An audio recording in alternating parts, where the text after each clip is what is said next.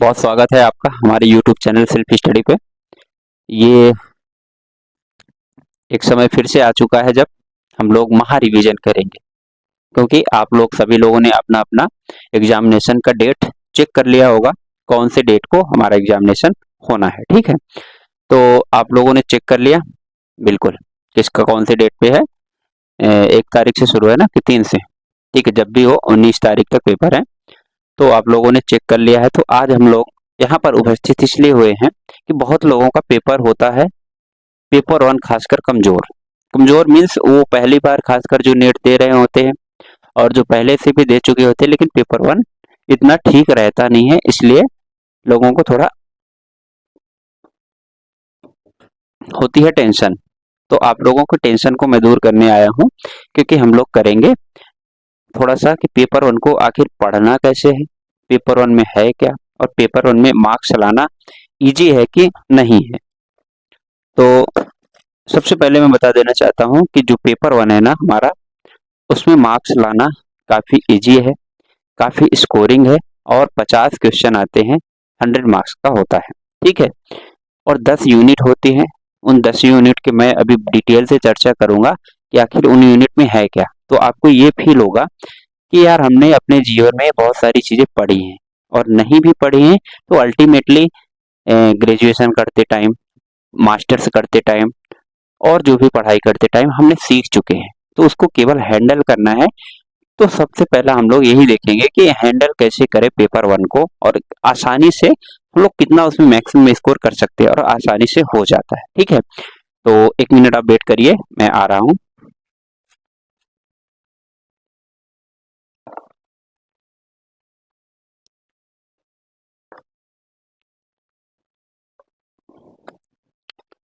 ठीक है, तो हम लोग शुरू करते हैं कि हम मैं क्या बोल रहा था, पेपर वन को कैसे करना है। तो पेपर वन में बेसिकली आपको 10 यूनिट है। और हाँ, जो नए हमारे इस यूट्यूब चैनल में पुराने दोस्त हैं, पुराने मित्र हैं, जितने भी छात्र छात्राएं, मैडम, जो भी हैं, आप लोग बुरा मत मानिएगा, सब लोग ठीक है, सब लोग हमारे बहुत प्रिय हैं। तो क्या करना है आपको, अगर आप लोग नए हैं तो मेरा अभी हमने जून महीने में भी रिवीजन क्लासेस किया था, और मैं पेपर वन का बहुत बेहतरीन तरीके से रिवीजन जून में भी किया था, और अभी जो मैं अनाउंसमेंट करने जा रहा हूँ वो तो करूंगा ही। ठीक है, तो अगर आप लोग पहली बार पेपर वन को अगर रिवीजन करना चाहते हैं अभी, या फिर एक्स्ट्रा टाइम में, तो आप लोग हमारे प्लेलिस्ट में जाएंगे, और वहाँ पर पेपर वन यूजीसी नेट और सेट करके लिखा हुआ है, तो आपको सारे वीडियो आपको लाइन से मिल जाएंगे। 10 यूनिट है पेपर वन में, और 10 के 10 यूनिट आपको आराम से मिल जाएगी।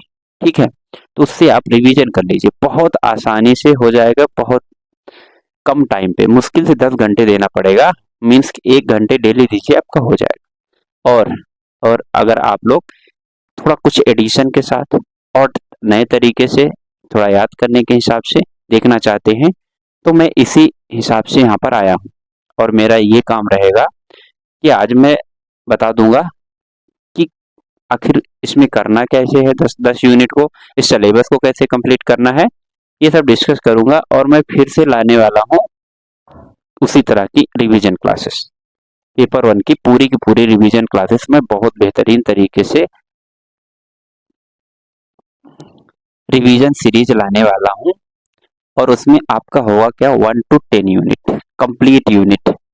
तो जो लोग पढ़े हैं बहुत ही बेहतरीन उनका रिवाइज हो जाएगा, जो लोग नहीं पढ़े हैं उनका भी बहुत फायदा होगा। ठीक है, तो हम यही शुरू करने वाले हैं। सबसे पहले मैं यही बता देना चाह रहा हूँ कि आप लोगों का 1 to 10 यूनिट पेपर वन का यूजीसी नेट में, जो लोग नहीं पढ़े हैं फिर पहली बार पढ़ना चाहते हैं, तो रिवीजन क्लासेस मैं करने वाला हूँ। आज है 22 20, ठीक है, 2 दिन बाद, मतलब लगभग 23 तारीख से ये क्लासेस डलना शुरू हो जाएंगे, और 30 तारीख तक सारी क्लासेस अपलोड हो जाएंगे। 1 क्लास डेली होगी। ठीक है, हो सकेगा 2 क्लास भी मैं कर सकता हूँ। ठीक है, लेकिन आपको ये मुश्किल से 1 घंटे या 1 घंटे 20 मिनट की पर क्लास होगी। ठीक है, किसी में 2 क्लास देना पड़ेगा, क्योंकि आगे यूनिट बड़ी बड़ी है, तो 1 2 यूनिट है उनको 2 क्लासेस में डिवाइड कर सकते हैं। बाकी मैं सारी यूनिट को आपको 1 घंटे में देने की कोशिश करूंगा, और बहुत बेहतरीन तरीके से। और वो आपका कम से कम, अगर आपके अभी 50 क्वेश्चन में से अगर 25 सही होंगे तो वो आपको 35 से लेके 40 तक ले जाएगा ये रिवीजन क्लासेस। तो आप अगर हमारे साथ 10 घंटे मेहनत कर लेंगे, मतलब 1 घंटा डेली, तो ये आपको यहाँ पर बहुत फायदा होने वाला है। लगभग आपको 10 से 12 क्वेश्चन का 10 से 12 क्वेश्चन आपका नेट और जेआरएफ निकालने में सबसे ज्यादा हेल्पफुल होते हैं, वहीं से आप बाहर होते हैं। कोई यूजीसी नेट और बड़ी एग्जाम्स में, किसी भी एग्जाम में कोई 100-150 नंबर से नहीं बाहर होता, मुश्किल से 5 से 10 क्वेश्चन, मतलब 10 से 12 नंबर से ही बाहर होता है, चाहे नेट हो चाहे जेआरएफ। तो मैं ये यकीन दिलाता हूँ कि आपका ये काम हो जाएगा यहाँ से। ठीक है, अब हम लोग शुरू करते हैं कि आखिर करना क्या है। अब करने के लिए मेरे साथ जरूर आप बने रहिएगा प्लीज। ज्यादा लंबा मैं नहीं खींचूंगा, लेकिन मैं थोड़ा सा सिलेबस को डिस्कस कर दूंगा, जिससे आपको एक आपके दिमाग में मोटा मोटा दिमाग में सेट हो जाएगा कि आखिर पेपर 1 में है क्या। तो हम लोग शुरू करते हैं कि आखिर पेपर 1 में है क्या। तो सबसे पहले पेपर 1 में 50 क्वेश्चन आना है, 100 मार्क्स का होना है। ओके, आपको सबको पता है यूजीसी नेट में पेपर 1 और पेपर 2 होता है, जो कुल मिला के 150 क्वेश्चन आता है और 300 मार्क्स का होता है। तो ये आपके वही वाले 50 क्वेश्चन है 150 में से। तो इनमें आपको क्या होता है, 1 से लेके 10 यूनिट होती हैं, और उन यूनिट्स को मैं यहाँ पर डिटेल में डिस्कस करता हूँ और इम्पोर्टेंट चीजों को डिस्कस करता हूँ आखिर है क्या। तो सबसे पहला जो यूनिट है आपकी, उसको कहते हैं टीचिंग एप्टीट्यूड। अब टीचिंग एप्टीट्यूड में आपको पढ़ना क्या होता है, यहाँ समझिए, आपको बहुत आसानी से समझ में आएगा, यार ये तो मुझे आ जाएगा आराम से। इसमें पढ़ना है टीचिंग एप्टीट्यूड मतलब शैक्षिक अभिवृत्ति कैसे, ठीक है, कैसे हमको पढ़ाना है। तो इसमें कॉन्सेप्ट है, कैसे टीचिंग एप्टीट्यूड होना चाहिए, इसका ऑब्जेक्टिव उद्देश्य क्या है, पढ़ाने का उद्देश्य क्या है, इनके लेवल, बहुत सारे लेवल से इंसान पढ़ाता है। एक टीचर पढ़ाता है अपने बच्चों को, लेवल कैसा होना चाहिए, और लर्नर जो होता है ना, वो कैसा होना चाहिए, और एक टीचिंग एप्टीट्यूड और लर्नर टीचर इन सबकी विशेषताएं क्या होनी चाहिए। इस अध्याय में हमको यही पढ़ना है। इसमें हम लोग लेवल ऑफ टीचिंग पढ़ेंगे, किस स्तर पे पढ़ाना है, लेवल ऑफ टीचिंग पढ़ेंगे, ठीक है, मीनिंग पढ़ेंगे, टाइप पढ़ेंगे, और इसके बाद इसमें इसी यूनिट में हम लोग पढ़ेंगे सबसे इंपॉर्टेंट है मेथड।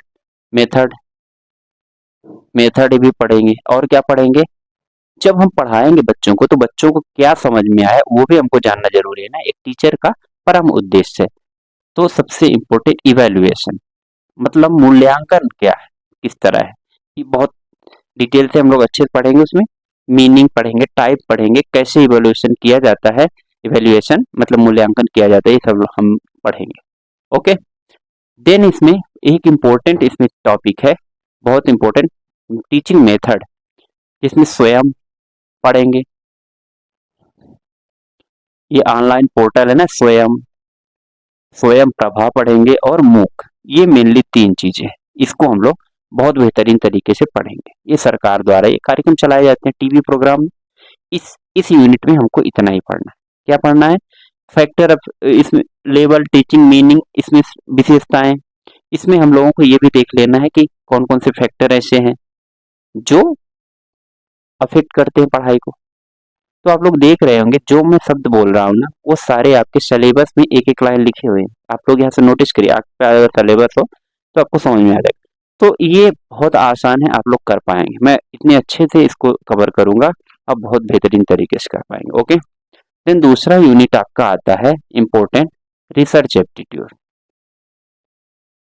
रिसर्च एप्टीट्यूड, ठीक है, इसको क्या कहते हैं, मतलब अनुसंधान अभिरुचि, ऐसा है ना, ठीक है। तो इसमें क्या होता है, आप पूरी तरह से रिसर्च के बारे में पढ़ेंगे, मतलब अनुसंधान के बारे में पढ़ेंगे कि आखिर अनुसंधान क्या है, अनुसंधान के टाइप क्या है, अनुसंधान का मतलब क्या है, अनुसंधान की विशेषताएं क्या होती है, बहुत आसानी से कर पाएंगे।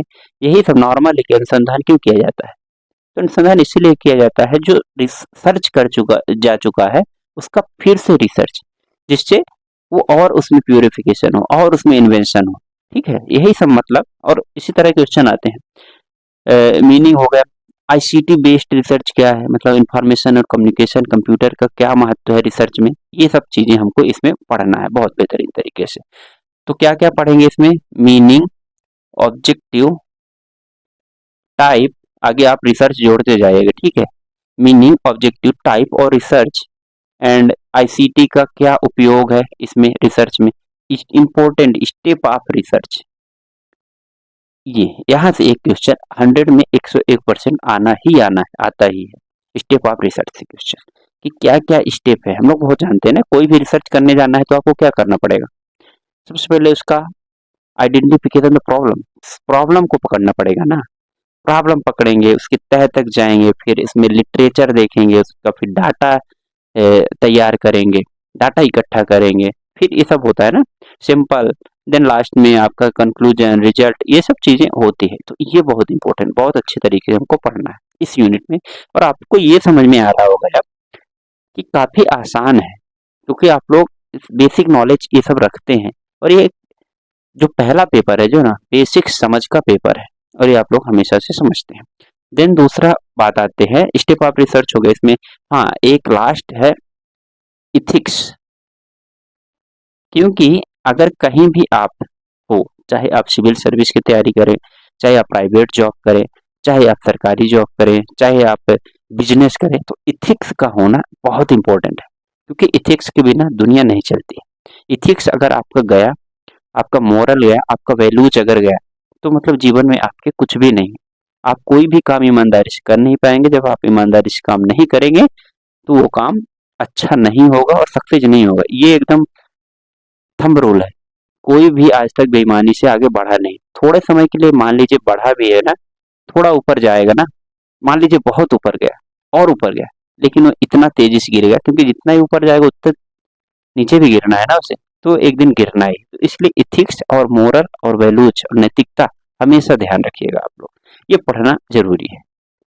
रिसर्च में भी, टीचिंग में भी, लर्निंग में भी, हर जगह ये बहुत जीवन का एक अच्छा ये टॉपिक होता है। ओके, इथिक्स हो गया।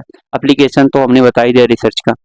और आप लोग देखते होंगे थीसिस एंड आर्टिकल, थीसिस और आर्टिकल राइटिंग आप लोग देखते होंगे, जब आप मास्टर्स किए होंगे तब जमा किए होंगे, आप पीएचडी कर रहे होंगे तब जमा करना पड़ता है, ये सब टॉपिक पढ़ना है।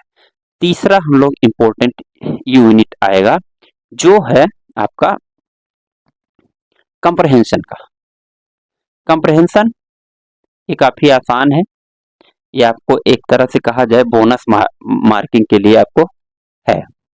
इसमें एक पैसेज आएगा, पैसेज उसमें बहुत सारे टॉपिक ये हो सकते हैं, हिस्ट्री का हो सकता है, ज्योग्राफी का होता है, एनवायरनमेंट का हो सकता है, क्लाइमेट चेंज का हो सकता है, वुमेन एम्पावरमेंट का हो सकता है, और ये स्पोर्ट्स में हो सकते हैं। ये सब टॉपिक्स कवर किए जाते हैं। तो उससे एक पैसेज आएगा, 5 क्वेश्चन आएंगे, बहुत आसानी से आप बना सकते हैं। 4 तो बन ही जाता है हर कोई से।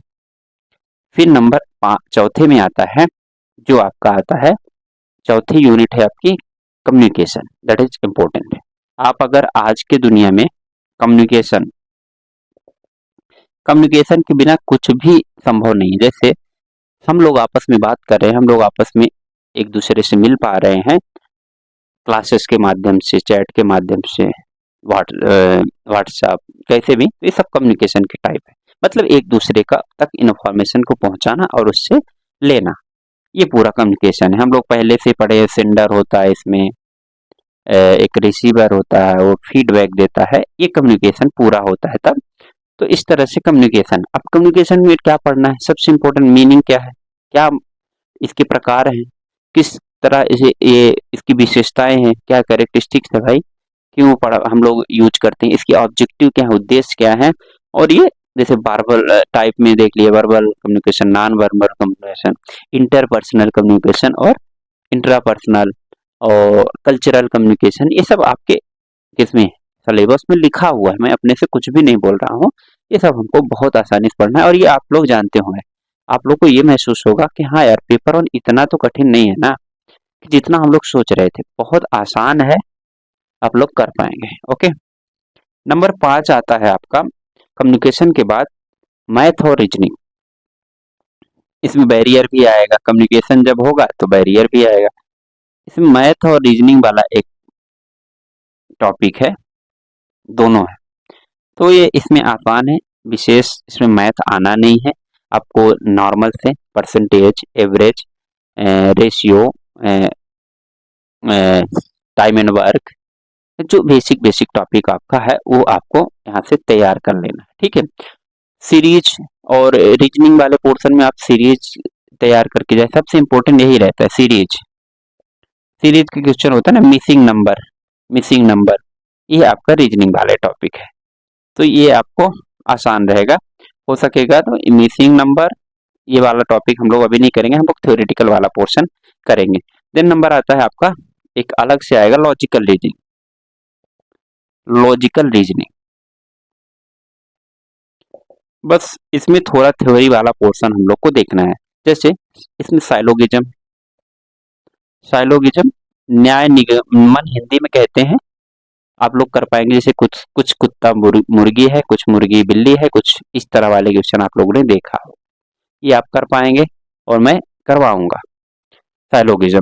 उससे वेन डायग्राम से इंपॉर्टेंट आता है। वेन डायग्राम आप लोग देखते हो ना, ये इस तरह बनाते हैं, ए बी सी, पहले सेट के क्वेश्चन आते थे, ए यूनियन बी, ठीक है, इस तरह वाले, इसको वेन डायग्राम कहते हैं। तो वेन डायग्राम से हम लोग थोड़ा क्वेश्चन देख लेंगे। देन इसमें और क्या आएंगे, हाँ थोड़ा सा थ्योरी वाला पोर्शन आएगा इसमें। जैसे इसमें साइलोगिज्म, न्याय निगमन के कितने प्रकार होते हैं, कौन कौन से न्याय निगमन होते हैं, क्या साइलोगिज्म होते हैं, और सबसे इम्पोर्टेंट जो इस यूनिट में दिया हुआ है, प्रमाण। प्रमाण मतलब प्रत्यक्ष, अप्रत्यक्ष, अनुमान, प्रमाण, अनुमान शब्द, और आप लोग देख पा रहे हो कि कौन सा और टॉपिक है, अनुमान के प्रकार क्या क्या होते हैं, अर्थ प्राप्ति क्या होता है, इस तरह इसमें टॉपिक है, उसको हम लोग करेंगे। मतलब प्रमाण एंड प्रत्यक्ष, अप्रत्यक्ष, ये वाले टॉपिक हम लोग करेंगे। ये इसमें लॉजिकल छठे उसमें है आपका। तो ये भी अगर आप लोग देखें ना, बहुत बेहतरीन तरीके से समझे, तो ये भी ज्यादा दिक्कत वाली बात नहीं होती, ये आप बेसिक अंडरस्टैंडिंग से आप लोग कर सकते हैं। देन नंबर आता है आपको unit number 7, that is DI. DI data interpretation, मतलब ये बहुत आसान है, आप लोग हमेशा से पढ़ते आ रहे हैं। इसमें एक क्वेश्चन देखिए, इसमें क्या क्या, ग्राफ, पाई चार्ट,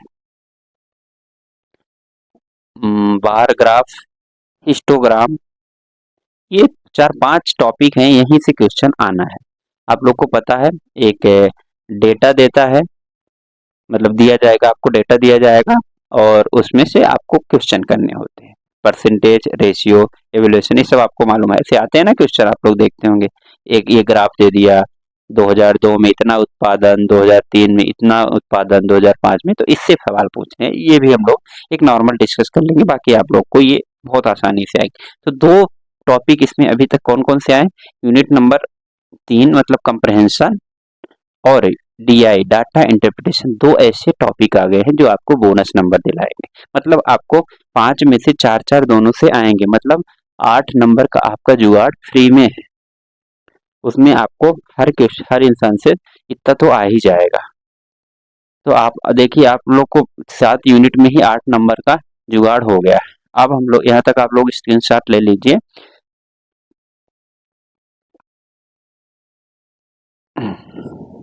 अब कौन सी यूनिट बची, यूनिट नंबर आपकी बची है 8। 8 बचती है, 9 बचती है और यूनिट नंबर 10 बचते हैं। ओके, तो अब हम लोग को अब आगे क्या करना है, तो नंबर 8 यूनिट जो आती है पेपर 1 की, that is ICT. Again this is very important. ICT full for information and communication technology, English में दूर संचार और संचार तकनीकी, ऐसा कुछ करके है, ठीक है। हिंदी और इंग्लिश हमारा मिक्स चलेगा, क्योंकि आप लोग को मालूम है आज के दिन में, आज के दुनिया में हिंदी और इंग्लिश आपको दोनों को साथ में लेके चलना ही पड़ेगा, चाहे आप हिंदी के हैं तो भी, इंग्लिश के हैं तो भी। तो इसलिए दोनों लैंग्वेज में साथ में ले। आईसीटी में आपको बहुत बेसिक चीजें पढ़ना है, इसमें क्या बेसिक पढ़ना है, जिससे कंप्यूटर का जनरेशन पढ़ना है, कंप्यूटर जनरेशन पढ़ना है, इंटरनेट पढ़ना है, मेमोरी पढ़ना है, ठीक है, जीमेल पढ़ना है, जीमेल पढ़ने के बाद ई ईमेल पढ़ना है, वही इलेक्ट्रॉनिक मेल। इसमें वेब ब्राउजर पढ़ना है, आपको इंटरनेट पढ़ना है, वेबसाइट्स पढ़ने हैं, मेमोरी के टाइप हमने बताए थे, वेब इंटरनेट वाला पूरा काम पढ़ना है। ई कॉमर्स बहुत इंपॉर्टेंट है, वो पढ़ना है। ई कॉमर्स आप लोगों ने देखा होगा ना, B2B, B2C, B2E, इस तरह का चला है ना। जैसे मान लीजिए आप एग्जाम्पल के तौर पर आप यही देख लीजिए, फ्लिपकार्ट हो गया, अमेजोन हो गया, तो ये क्या है, ये सब ई कॉमर्स है। ये एक प्लेटफॉर्म है ना, और प्लेटफॉर्म में एक ऐसा प्लेटफॉर्म है, अगर फ्लिपकार्ट की बात करें तो B2C है, मतलब बिजनेस टू कंज्यूमर, इसमें डायरेक्ट सप्लाई होता है। तो ई कॉमर्स के टाइप पढ़ना है, ई कॉमर्स पढ़ना है। और ICT का गवर्नेंस में क्या यूज है, ICT इन गवर्नेंस, ये बहुत इंपॉर्टेंट और बहुत हॉट टॉपिक है, क्योंकि आजकल हर जगह डिजिटलाइजेशन हो रहा है, खासकर 2014 के बाद। तो ये इम्पोर्टेंट है। और क्या है, डिजिटल इनिशिएटिव क्या क्या लिए गए हैं सरकार द्वारा, ये सब पढ़ना है। लास्ट टॉपिक क्या है, डिजिटल इनिशिएटिव। ये हमको यूनिट नंबर 8 में पढ़ना है, मतलब कंप्यूटर पढ़ना है, इंटरनेट पढ़ना है और डिजिटलाइजेशन को पढ़ना है बहुत अच्छे तरीके से। तो इसको हम पूरा करेंगे। Unit number 9 that is again very lengthy unit, और बहुत कुछ इसमें है। इसको कहते हैं development people development and environment, Hindi में लोग, विकास और पर्यावरण। अब देखिए इसमें है क्या, लोग भी है, विकास है और पर्यावरण, मतलब इसमें बहुत एक समग्रता से अध्ययन करना है। साइंस भी आपको पढ़ना पड़ेगा, इन्वायरमेंट भी पढ़ना पड़ेगा, और विकास उनका किस तरह हो रहा है वो पढ़ना है। जैसे इन्वायरमेंट पूरा आपको इसी इसी यूनिट में पढ़ना है। एक कुल मिला के अगर कहा जाए तो लगभग 2 यूनिट है, एक इन्वायरमेंट और एक साइंस, और एक ह्यूमन डेवलपमेंट एक यूनिट कहा जाए वो है। तो इसमें मतलब और देखना है कि लोगों का इन्वायरमेंट के साथ क्या संबंध है, इन्वायरमेंट का क्या लोगों के साथ संबंध है। ये बहुत बेसिक है, लेकिन पढ़ना है हमको, और आप लोग समझ भी रहे हैं। इन्वायरमेंट पूरा पढ़ना है, जैसे एटमॉस्फेयर पढ़ना है, टाइप्स ऑफ एटमॉस्फेयर की लेयर पढ़ना है, ओजोन पढ़ना है, ओजोन परत के बारे में पढ़ना है, देन क्लाइमेट चेंज है, एंड कन्वेंशन बहुत सारे हैं, फिर टॉपिक दिए हैं। टॉपिक पे अगर देखा जाए तो प्रोटेक्शन एक्ट दिया है, और नेशनल एक्शन प्लान दिया हुआ है, ये सब इसी में पढ़ना है। डिजिटल मिशन पढ़ना है, तो ये सब इसमें टॉपिक दिए हुए हैं। EPA इन्वायरमेंट प्रोटेक्शन एक्ट 1986, इसका जिक्र किया गया है इस यूनिट में। इंटरनेट सोलर अलायंस पढ़ना है। लास्ट में क्या क्या पढ़ना है आपको, इन्वायरमेंट पूरा, मेनली इसमें MDG SDG इन दोनों को पढ़ना है। MDG और SDG के गोल क्या है, तो आप लोगों से मैं एक सवाल पूछना चाहता हूँ, MDG में कितने गोल है हमारे, और SDG में कितने गोल है। अब मैं आपके सरलता के लिए भी बता देना चाहता हूँ, एक में 17 है, एक में 8 है, तो MDG में कितने हैं और SDG में कितने हैं, आप लोग थोड़ा मुझे क्लियर करके बता दीजिए। MDG और SDG में कमेंट जरूर करिएगा, इससे मैं ये जान पाऊंगा कि आप लोग वीडियो देख रहे हैं और हमसे इंगेज हैं। MDG और SDG, देन इसमें और मैंने बताया क्या, पूरा एयर पोल्यूशन पढ़ना है, वाटर पोल्यूशन पढ़ना है, एंड नॉइस पोल्यूशन पढ़ना है। Air and water is must important. Energy के बारे में पढ़ना है, renewable energy, non renewable energy, traditional, ठीक है, ये सब हम लोगों को इसमें पढ़ना है। क्लाइमेट चेंज की हम लोग इसमें बातें करेंगे, कन्वेंशंस के बारे में बात करेंगे, समिट्स की बात करेंगे। तो इसमें टोटल मिला के बहुत लंबी यूनिट है, बहुत अच्छे तरीके इसको, इसमें आपका साइंस काम करेगा, खासकर इन्वायरमेंट वाला, एंड आपका ह्यूमन डेवलपमेंट ये करेगा। देन आपका लास्ट यूनिट है आपकी 10वीं, दैट इज हायर एजुकेशन, जिसके लिए सब कुछ ही आप लोग कर रहे हैं कि हायर एजुकेशन के बारे में हमको पढ़ना। अब हायर एजुकेशन के बारे में पढ़ने के लिए आपको क्या करना पड़ेगा, इसमें में सिलेबस में क्या पढ़ने का, structure structure of education system India में कैसा है। जैसे उसमें आप लोग ट्रेडिशनल देख लीजिए, मॉडर्न देख लीजिए, अभी प्राइमरी सेकेंडरी टर्सरी क्या क्या संरचना है भारत में हायर एजुकेशन, ठीक है। उसके बाद इसमें मॉडर्न एजुकेशन हम लोग पूरा पढ़ेंगे, किस तरह से अंग्रेज आए, वो कौन कौन से नियम लाए, कौन कौन से कमेटी बनी, कौन कौन से आयोग गठित हुए जो अभी तक चले। न्यू एजुकेशन पॉलिसी इसमें देखना ही है। ओपन यूनिवर्सिटीज का हमारे हायर एजुकेशन में, फिर एजुकेशन सिस्टम में क्या महत्व है, कौन कौन सी ओपन यूनिवर्सिटी है, कितनी यूनिवर्सिटीज हैं, कितनी डीम्ड यूनिवर्सिटी है, कितनी नेशनल यूनिवर्सिटी है। एक मैं और आपको आज कमेंट के रूप में मैं पूछना चाहता हूँ, आप लोग जरूर कमेंट करिएगा। और आपका ये एक जनरल नॉलेज, आप चाहे सर्च करेंगे, चाहे आप गूगल करेंगे, कुछ भी करेंगे, लेकिन आपका एक जनरल नॉलेज, जब जनरल अवेयरनेस पढ़ेगा कि सर्च करिएगा आप लोग कि इंडिया में कितनी सेंट्रल यूनिवर्सिटी है, कितनी स्टेट यूनिवर्सिटी है और कितनी डीम्ड यूनिवर्सिटी है। 3 यूनिवर्सिटी हमको आप लोग सर्च करेंगे तो यहीं से आपका काम होगा। ये हम लोगों को पढ़ना है, कितनी है, कौन कौन सी हैं, और सबसे ज़्यादा सेंट्रल यूनिवर्सिटी कहाँ है, सबसे ज़्यादा स्टेट यूनिवर्सिटी क्या है, ये इस टॉपिक में हमको यहाँ पे पढ़ना है। कोठारी कमीशन आप लोगों ने सुना, that is most important in our education system, ठीक है। एनईपी 2020, एनईपी 1986, ये सब आप लोग को मालूम है। 5+3+3 ये क्या है, ठीक है। देन आपको इसमें लास्ट, इसमें आप लोग समझ गए ना, इंस्टीट्यूशन के बारे में पढ़ना है, एंशियंट मॉडर्न। देन आपको कमीशंस पढ़ना है और कौन कौन से इंस्टीट्यूशन है जो रिस्पॉन्सिबल हायर एजुकेशन को चलाने के लिए, ये पढ़ना है। देन आपको इसमें और क्या पढ़ना है, आप लोग नोट करते जाइए चाहे, ठीक है ना। Accreditation, that is important, accreditation system, A double plus B plus, ये होता है ना। दैट मीन्स दैट इज, आप लोगों ने देखा होगा पहले यूनिट में इवैल्यूएशन हम लोगों ने पढ़ा, इवैल्यूएशन मतलब मूल्यांकन। उसी तरह यूनिवर्सिटीज के मूल्यांकन के लिए एक्रीडिटेशन सिस्टम बनता है जो मूल्यांकित करता है कि कौन सी यूनिवर्सिटी कैसे परफॉर्म करे, how any university is performing. उसके लिए क्या बना है, एक्रीडिटेशन सिस्टम। जैसे कि A+, B+, A++, B++। अभी हाल ही में पिछले साल इंदौर में होलकर कॉलेज को A++ मिला है। और मध्य प्रदेश की अगर बात करें तो Jiwaji university was first university who has taken the A++ accreditation system, ठीक है। A++ का उसको तमगा मिला हुआ है, ठीक है। इस तरह से ये आपको इस यूनिट में पढ़ना है। दैट इज पार्ट 10 का एक सेगमेंट है, 10B कहें अगर, तो इसमें एक पॉलिटिक्स मतलब राजनीति, गवर्नेंस और एडमिनिस्ट्रेशन, ये एक 3 टॉपिक अलग से पढ़ना है। अगर कहें